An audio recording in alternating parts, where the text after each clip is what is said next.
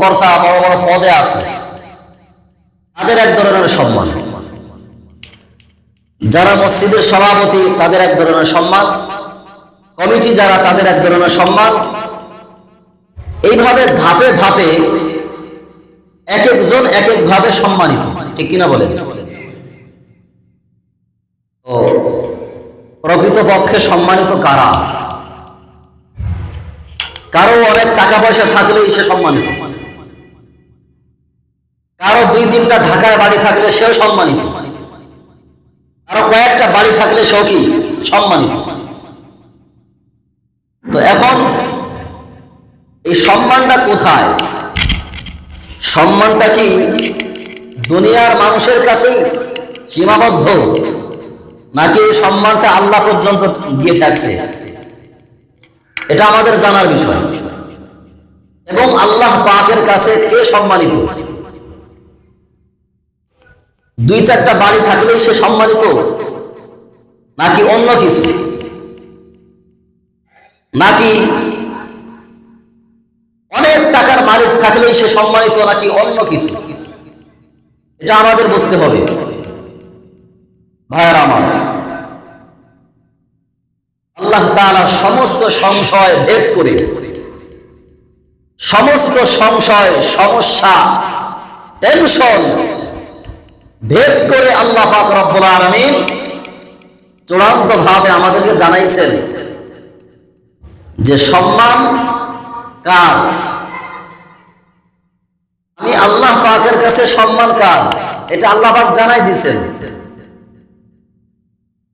ইন্না আকরামাকুম ইনদাল্লাহি আতকাকুম, আল্লাহ বলেন নিশ্চয়ই তোমাদের মাঝে যাদের তাকওয়া বেশি আছে, যাদের সম্মান বেশি আছে, যারা আমি আল্লাহ তাআলাকে বেশি ভয় পায়, আমি আল্লাহ তাআলার ভয় যার মধ্যে আছে সেই সবচেয়ে সম্মানিত। সুবহানাল্লাহ নাই? আল্লাহ পাক রব্বুল আলামিন বলেন, বান্দা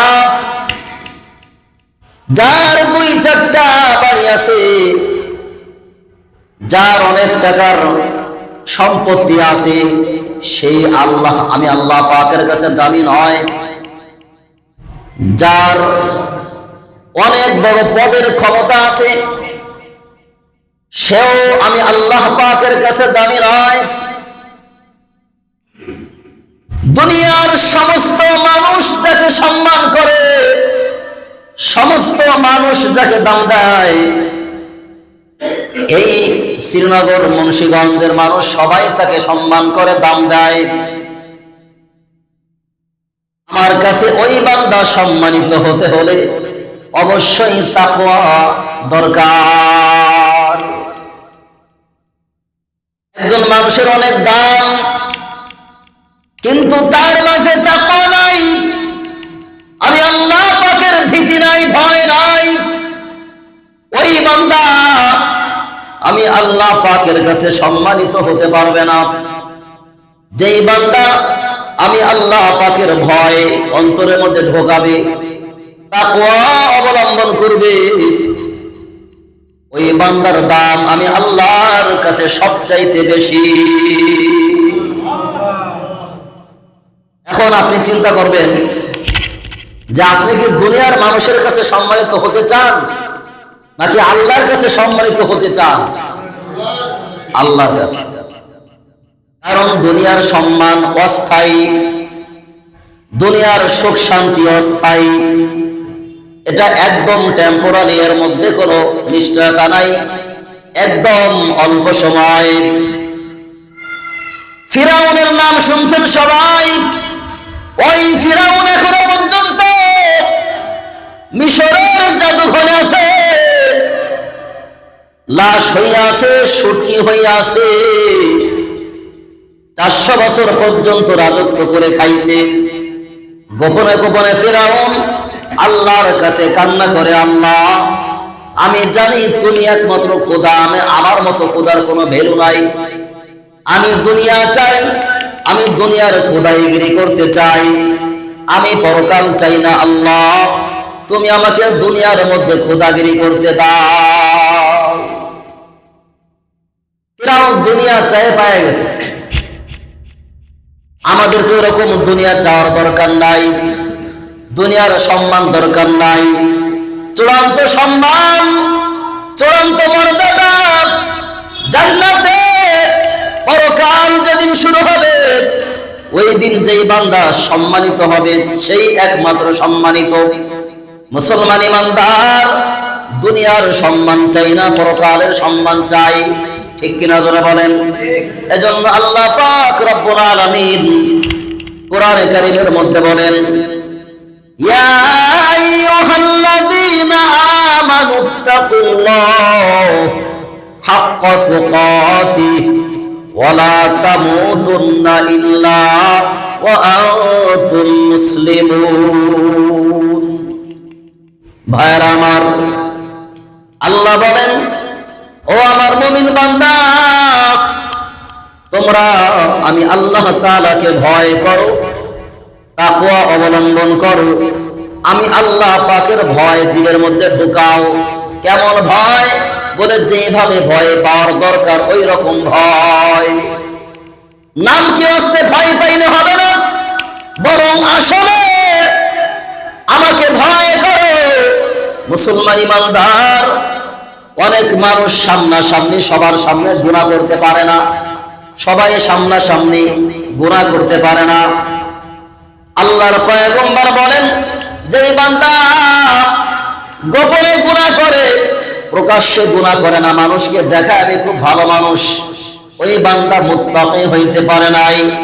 বরং যেই বান্দা প্রকাশ্যে যেই রকম ভাবে গুনাহ থেকে বাঁচে, প্রকাশ্যে যে রকম ভাবে ভালো মানুষ, গোপনে ওই রকম ভালো হওয়া দরকার। গোপনে ওই রকম আল্লাহ পাকের নাফরমানি করা যাবে না, আল্লাহ পাকের ভয় করতে হবে প্রকাশ্যে এবং গোপনে। যদি কোনো ব্যক্তি আমি আল্লাহ তাআলাকে ভয় করে, ওই বান্দা প্রকৃতপক্ষে মুত্তাকি বান্দা।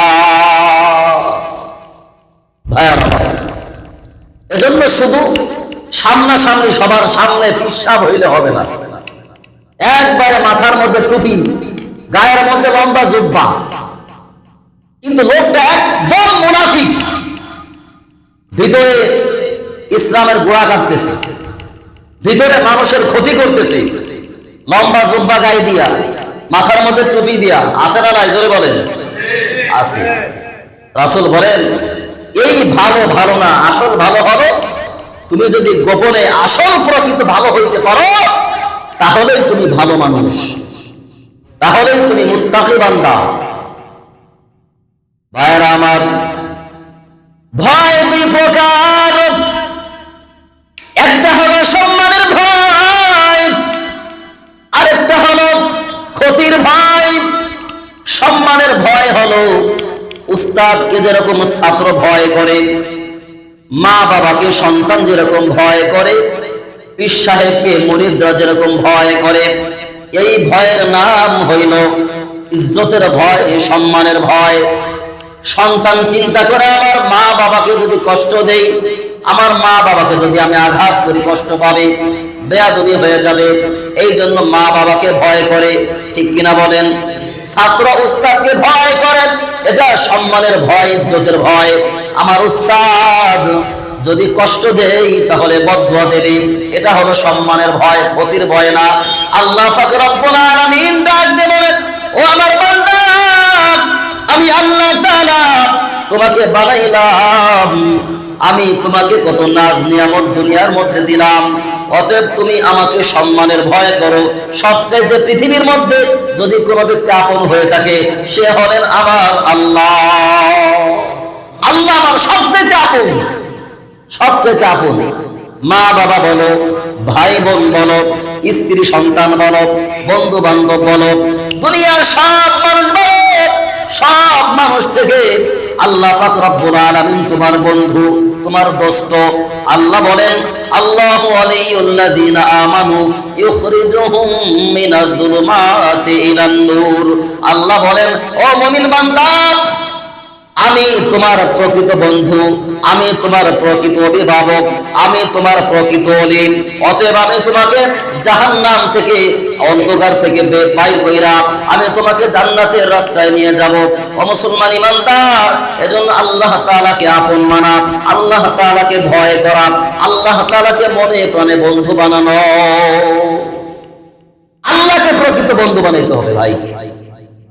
এজন্য আল্লাহ বলেন, খবরদার খবরদার, আমার ভয় ছাড়া তুমি দুনিয়াতেও সম্মান পাইবা না, তুমি পরকালে তো সম্মান পাইবাই না। মুসলমান, অনেক সময় দেখা যায় অনেক বান্দা দুনিয়ার মধ্যে অনেক সম্মানিত, কিন্তু এমন সময় এমন ভাবে বেইজ্জতি হয়, মুসলমান ইমানদার তার সব সম্মান ধূলিসাৎ হয়ে যায়, ধুলার সাথে মিশে যায়।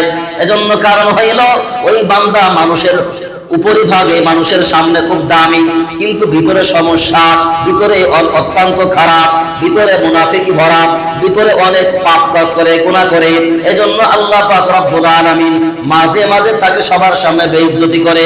মুসলমান ইমানদার, আল্লাহ বলেন, ও আমার মুমিন বান্দা, যদি আমার তাকওয়া, আমার ভয় তোমার মাঝে থাকে, আমি তোমাকে কোনো সময় বেইজ্জতি করব না, আমি তোমার দাম, সব জায়গায় তোমার দাম বাড়াই দেব। সুবহানাল্লাহ। মুসলমান ইমানদার, এজন্য দুনিয়ার মধ্যে কেউ বেইজ্জতি হতে চায় না, কেউ আখিরাতে বেইজ্জতি হতে চায় না। এজন্য সম্মান যদি পাইতে চাও, অবশ্যই আল্লাহ পাকের ভয়, আল্লাহ পাকের ভীতি তোমার অন্তরের মাঝে ঢোকাও। আল্লাহ বলেন, ইন্না আকরামাকুম ইনদাল্লাহি আতকাকুম। আল্লাহ বলেন, তোমার মাঝে সবচেয়ে দামি এবং সম্মানিত ওই বান্দা, যে বান্দা আমি আল্লাহ তাআলাকে ভয় পাই। এজন্য ভাই তাকওয়া দরকার, তাকওয়া দরকার। আমরা সকলেই মুসলমান, সকলেই মুমিন বান্দা। এই আয়াতের মধ্যে আল্লাহ পাক রব্বুল আলামিন দুইটা হকের কথা বলছেন। কয়টা হকের কথা বলছেন? দুইটা হক, অধিকার। একটা হলো আল্লাহর অধিকার, হকুল্লাহ, আল্লাহর অধিকার, আর একটা হলো হকুল ইবাদ, বান্দার অধিকার। আল্লাহ পাক রব্বুল আলামিন হাদিসে কুদসির মধ্যে বলেন যে তুমি আমার হক নষ্ট করছো, হতে পারে আমি তোমাকে মাফ করে দিয়েছি, কিন্তু বান্দার হক নষ্ট করিও না, আমি তোমার বান্দার হক কোন কোশ্চিন কেন ক্ষমা করবো না, বান্দার হক আমি মাফ করতে পারবো না, এটা আমার অধিকার না, এটা বান্দার অধিকার। সুবহানাল্লাহ। ভাইরা আমার, আল্লাহর পয়গম্বর সাহাবায়ে কেরামদেরকে ডাক দিয়ে বললেন, ও আমার সাহাবায়ে কেরাম, তোমরা কি জানো পরকালে সবচাইতে অসহায় কোন বান্দা হবে? সবচাইতে অসহায়, সবচাইতে দুর্বল কোন বান্দা হবে? আল্লাহর পয়গম্বরের সাহাবায়ে কেরাম বললেন, আল্লাহু ওয়া রাসূলুহু আলাম, আল্লাহ এবং রাসূল সবচাইতে ভালো জানে, আমরা জানি না। মুসলমান ইমানদার, আল্লাহর পয়গম্বর ডাক দিয়ে বলেন, কিয়ামতের ময়দান যখন কায়েম হবে, আল্লাহ পাক রব্বুল আলামিন একজন বান্দাকে জান্নাতের অর্ডার করবেন, জান্নাতের সুসংবাদ দিয়ে বলবেন, বান্দা যাও, তোমার নেকির পাল্লা ভারী হয়ে গেছে এবং গুনার পাল্লা হালকা হয়ে গেছে, যাও, তুমি যাও, তোমার জন্য জান্নাত বরাদ্দ করে দিলাম, তুমি জান্নাতে চলে যাও। সুবহানাল্লাহ বলেন। মুসলমান ইমানদার, ওই বান্দা জান্নাতে যাইতেছে, যাওয়ার পথে হঠাৎ করে এক বান্দা দাঁড়ায় গেছে। কোথায় যাও? বলে জান্নাতের দিকে যাইতেছি। বলে দাঁড়াও, আমি তোমার কাছে 100 টাকা পাইতাম, এই 100 টাকা দাও, তারপরে তুমি জান্নাতে যাও। এবার বান্দা বলবে বিপদে, আল্লাহকে ডাক দিয়ে বলবে, আল্লাহ কি ব্যাপার, তোমার বান্দা কি কয়? তুমি কাও জান্নাতে যাইতে, তোমার বান্দা দি টাকার লেগে আমারে ধরছে। আল্লাহ পাক রব্বুল আলামিন বলবেন, ও বান্দা ঠিক আছে দাও, তোমার কাছে যদি সে 100 টাকা পায়, 100 টাকা দিয়ে দাও। বান্দা বলবে, আল্লাহ এই টাকা তো এখন কোথায় পাবো, টাকা তো এখন নাই। বলে অসুবিধা নাই, তোমার আমলনামা থেকে নেকি দিয়ে দাও। বান্দা আমলনামা থেকে 100 টাকা পরিমাণ নেকি দান করে দিবে। দেওয়ার পরে আবার জান্নাতের দিকে রওনা হয়েছে। সামনে যাওয়ার পরে আরেক বান্দা দাঁড়ায় গেছে।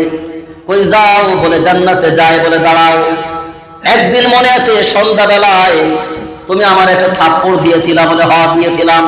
ওই থাপ্পড়ের জবাব দাও, থাপ্পড়ের প্রতিশোধ নিয়ে নি, তারপরে তুমি জান্নাতে যাও। বলে ঠিক আছে, থাপ্পড়ের প্রতিশোধ নাও।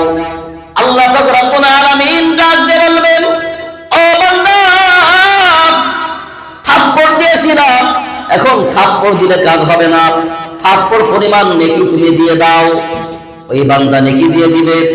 এইভাবে ধারাবাহিক ভাবে একের পর এক হকদার হাজির হয়ে যাবে। হকদার ভাই আসবে, বোন আসবে, বলে ভাই আমার হকটা দিয়ে দাও।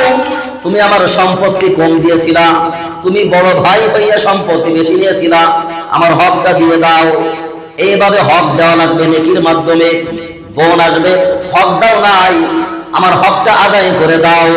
বোনের হক আদায় করতে গিয়ে সব নেকি চলে যাবে। এইবার সামনে আরো কত হকদার। আল্লাহ বলবেন, বান্দা ঠিক আছে, তুমি যেহেতু নেকি তোমার শেষ, তুমি আবার তোমার ওই বান্দার আমল নামা তোমার আমল নামায় নেও। আমল নামায় গুনাহ নিতে নিতে এমন অবস্থা হবে একদম বিনা হিসাবে জাহান্নামী হয়ে যাবে। আল্লাহ বলবেন, বান্দা আমার হক তোমাকে মাফ করে দিয়েছিলাম, কিন্তু বান্দার হক আমি মাফ করতে পারলাম না।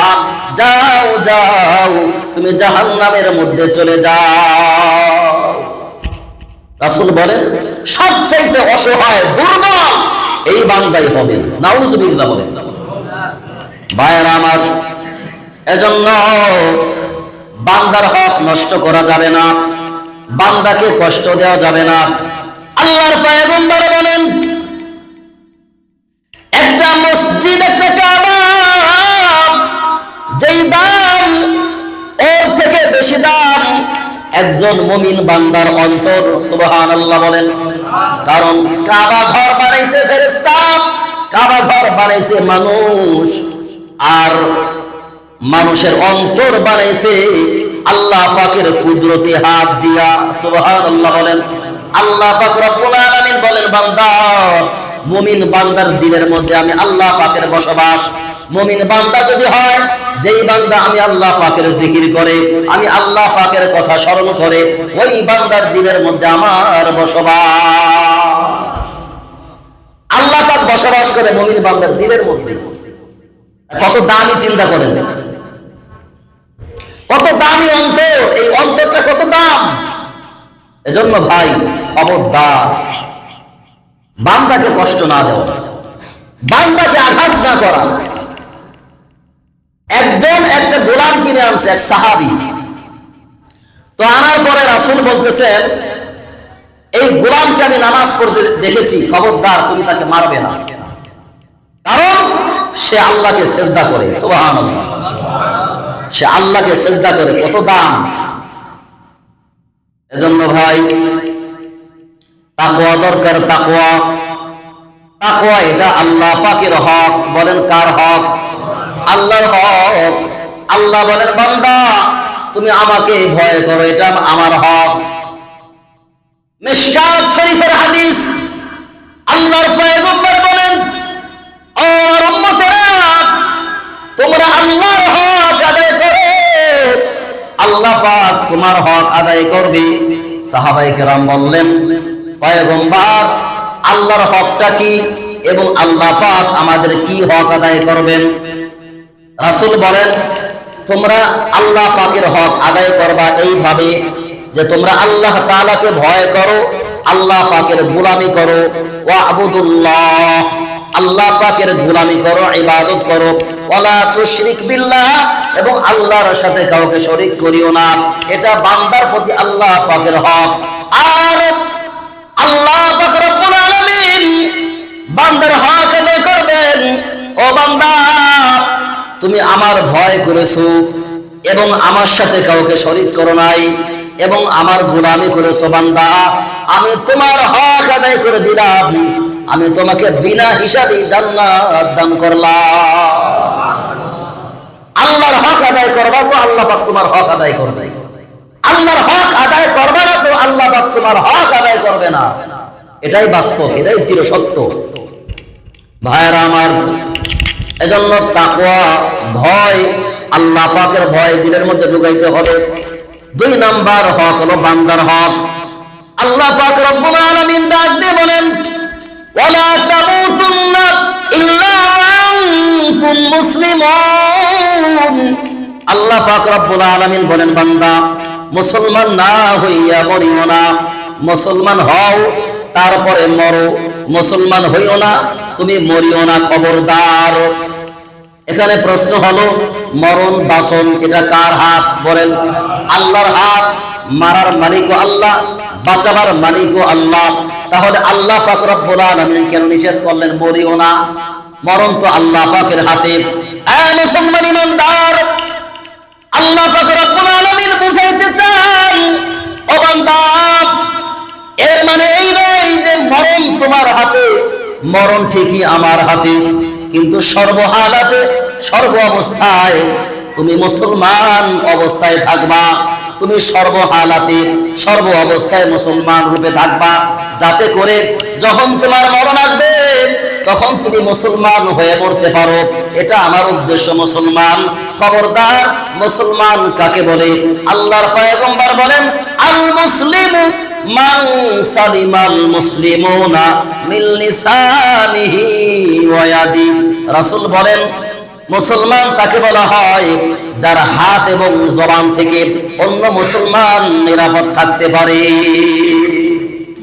যার হাত, পাও, মুখ, অঙ্গ প্রত্যঙ্গ থেকে অন্য মুসলমান ভালো থাকে, নিরাপদ থাকে, জুলুম করে না, কষ্ট দেয় না, গালি দেয় না, হক নষ্ট করে না, ওই হলো খাঁটি মুসলমান। ঠিক কিনা বলেন? বর্তমান সমাজে নামাজির অভাব নাই, বর্তমান সমাজে আলেমের অভাব নাই, বর্তমান সমাজে তাবলীগ করার অভাব নাই, বর্তমান সমাজে তাহাজ্জুদ করার অভাব নাই, কিন্তু মুসলমান অনেক অভাব। মুসলমানের অনেক অভাব, খাঁটি মুসলমানের বড় অভাব। ভাইরা আমার,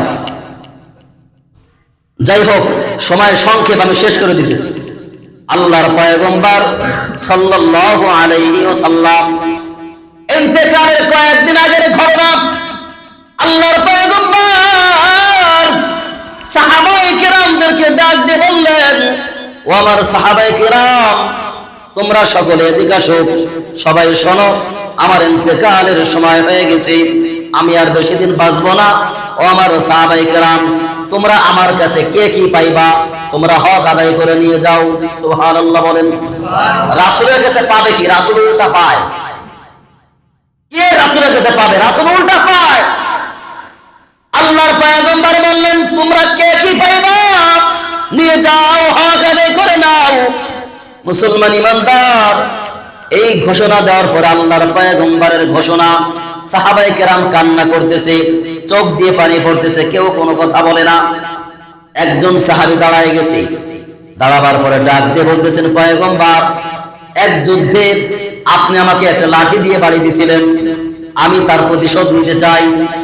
রাসূল বলেন, ঠিক আছে, আসো, তোমার প্রতিশোধ তুমি নিয়ে যাও। হযরত ওমর ফারুক রাদিয়াল্লাহু তাআলা আনহু রাগ হয়ে গেছে, দাঁড়িয়ে রাসূলুল্লাহ ডাক দিয়ে বলতেছে, পয়গম্বর, আমাকে ছেড়ে দেন, আমি তার কল্লা উড়াই দিব। কত বড় সাহস! আপনার গায়ে হাত তুলতে চায়, কত বড় সাহস! মুসলমান ইমানদার, রাসূল বলেন, খবরদার, কেউ কোনো কথা বলবে না, তাকে আসতে দাও এবং তার হক আদায় করতে দাও।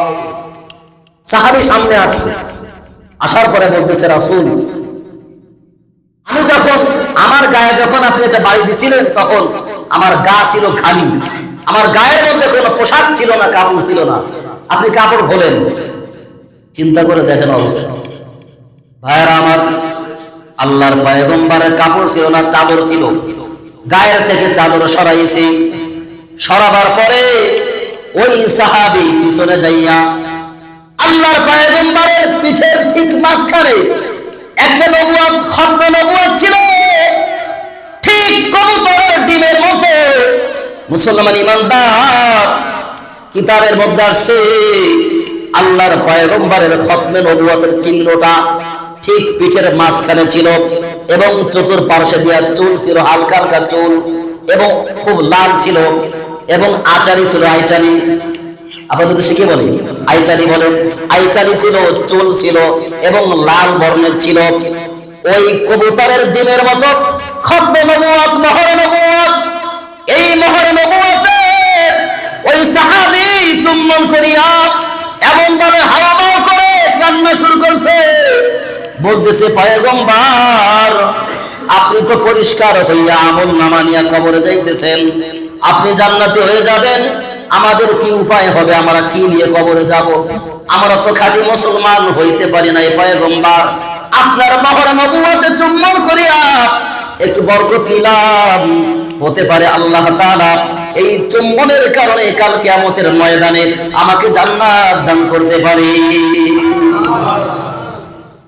কি সম্পদ আদায় করে ফেললো। আল্লাহর পয়গম্বর বললেন, ও আমার সাহাবী, তুমি মোহরে নবুয়তে চুম্বন করো নাই, বরং তুমি জান্নাতে চুম্বন করিয়াছো। আল্লাহ তাআলা তোমার জন্য জাহান্নাম হারাম করিয়া জান্নাত ওয়াজিব করে দিয়েছে। এক সাহাবী রাসূল সিংহা লাগাইছে, সিংহা, সিংহা ছিলেন তো সবাই, সিংহা বর্তমান বাইক দ্বারা লাগে, এটা ওরা তো ধোঁকাবাজি করে। বর্তমান ডাক্তারি ভাবে, আধুনিক ভাবে সিংহা লাগানোর ব্যবস্থা আছে, লাগাবেন, অনেক ফায়দা। অনেক সময় শরীরে অনেক ব্যথা হয়, রস বাপ, বিষ বাপ, অনেক ধরনের ব্যথা হয়, সিংহা লাগানোর মাধ্যমে ওই ব্যথাগুলো ভালো হয়ে যায়। এটা সুন্নত, যাকে আরবিতে বলা হয় হিজামা। রাসূল হিজামা লাগাইছেন, লাগাবার পরে পাত্রের মধ্যে যে রক্তটা আসছে, কুরক্ত, কালো রক্ত, এই রক্তটা এক সাহাবীর হাতে দিয়েছেন, বলতেছেন, ও সাহাবী এই রক্ত ফেলে চলে আসো। তো সাহাবী চিন্তা করছে সুযোগ একটা পাইছি, এই সুযোগে ওই সাহাবী এক চিপার মধ্যে গিয়া ওই রক্ত নিজেই পান করে ফেলাইছে। সুবহানাল্লাহ। পান করে ফেললে রাসূল তো ওহীর মাধ্যমে জানতে পারছে যে সাহাবী এই কাণ্ড ঘটাইছে। তো সাহাবী আসছে, আসার পরে বলতেছে, রক্ত কি ফেলাইছো? বলে হ্যাঁ রক্ত ফেলাইছি। বলে কোথায় ফেলাইছো? পেটের মধ্যে ফেলাইছি, খাইয়া লাইছি, রক্ত পান করে ফেলেছি। রাসূল বলেন যে তুমি এটা কেন করলাম? বলে রাসূল আপনার কিছু অংশ আমার শরীরের মধ্যে ঢুকাইতে চাই, হতে পারে আল্লাহ তাআলা আমাকে এই উসিলা মাফ করতে পারেন। তো রাসূল বলতেছে, তুমি আমার রক্ত পান কইরা তুমি জাহান্নাম হারাম করে ফেলাইছো, জান্নাত ওয়াজিব করে ফেলাইছো। সুবহানাল্লাহ। ভাইরা আমার, একটা মেসেজ হলো, রাসূল ঘুমাইলে কোনোদিন ওযু যাইতো না। সুবহানাল্লাহ বলেন। রাসূলের রক্ত নাপাক ছিল না, রাসূলের পেশাব পায়খানা নাপাক ছিল না। সুবহানাল্লাহ বলবেন না? এটা একমাত্র আমাদের রাসূলের বৈশিষ্ট্য। আমাদের রাসূল, রাসূল যখন বাথরুম করতেন, পেশাব করতেন, মাটি হা করে থাকতো, হা। পেশাব করার সাথে সাথে মাটি গিলে খেয়ে ফেলতো, পায়খানা করার সাথে সাথে মাটি গিলে খেয়ে ফেলতো। সুবহানাল্লাহ। কত মর্যাদা ভাই, কত মর্যাদা। সেই রাসূল বলতেছে, তোমরা কে আমার হক পাও, হক আদায় করে নাও। তা আমরা কত হক নষ্ট করলাম, এই হক আদায় করা দরকার আছে না নাই? আল্লাহ আমাদের সকলকে তৌফিক দান করেন, আমিন। ওয়া আখিরু দাওয়ানা আলহামদুলিল্লাহি রাব্বিল আলামিন। যারা সুন্নাত পড়েন নাই, 4 রাকাত সুন্নাত আদায় করে নেই।